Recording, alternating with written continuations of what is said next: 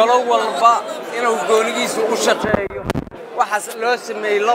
laba golo waxa loo sameeyay waa golo kasta inuu goonigiisa u shaqeeyo oo aan isku fikir noqonin oo aan isaxna marka labada golo kaliya waa markii madaxweynaha la dooranayo iyo markii dastuurka wax laga bedelayo bay kulmi karaan oo ay muxuu ahay wada shaqeyn yeelan karaan inta kale laba hay'adood waay inay isaxaan ayaa loogu talagalay waxa intaas ka dheer oo maanta halkan ka dhacay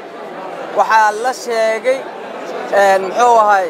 xeer hoosaad in wax laga bedelayo xeer hoosaad baarlamaanka aqalka sarena xeer hoosaad uu leeyahay kan muxuu ahay meeshii la yiraahdo golaha shacabkana xeer hoosaad uu leeyahay isku xeer hoosaad manni waxa kaliya la rabaa waxa way xeer hoosaadka inuu waafaqo dastuurka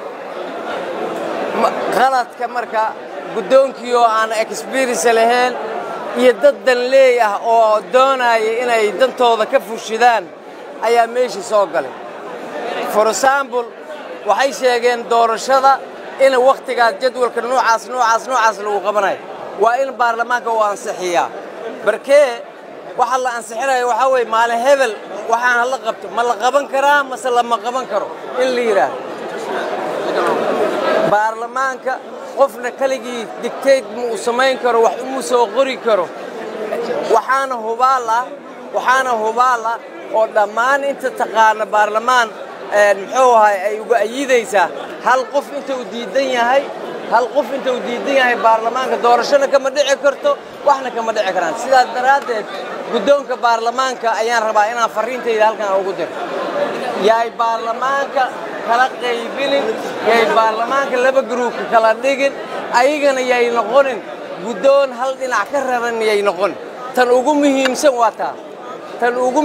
waa taa guddoonka baarlamaanka waa xubin